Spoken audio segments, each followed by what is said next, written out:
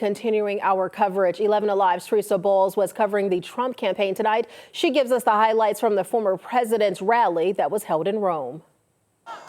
Former President Donald Trump's supporters feeling confident Saturday, especially after Super Tuesday. All of us always knew President Trump was the primary winner. Nikki Haley was never a threat. Since then, Trump's first stop was Representative Marjorie Taylor Greene's hometown of Rome to encourage voters like Brandon Wilhoit to make their voices heard at the polls. If we can get the young people to vote and, just get more people to vote in general, then I think that's what will turn, Georgia around. Because 2020 was the first time Georgia voted blue since 1992.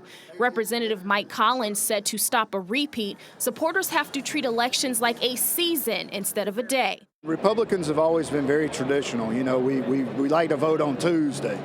And so we've got to get out of that mode. Supporters tell me their main motivation is border security. I had the safest border in the history of our country. Now we have the worst border in the history of our world. It's a topic former President Trump touched on multiple times during his speech, using Jose Ibarra, the man arrested for Athens nursing student Laken Riley's murder, as an example. He was an illegal migrant, and he shouldn't have been in our country, and he never would have been under the Trump policy. Former President Trump said he met with Laken Riley's family backstage and says he promises to fight for justice for her and her family. For the rest of the speech, he mostly took jabs at President Joe Biden. He's a threat to democracy. He's grossly incompetent. But Trump also mentioned that he'd end the Israel-Hamas war, support police, and get critical race theory out of schools. And in the end, he made it clear Georgia's vote will be pivotal to his presidency.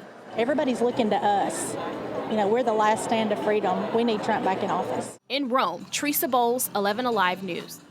And you can catch the remarks of both presidential campaigns on our 11 Alive Plus app. You can also download it on your Roku or Apple TV and Fire devices.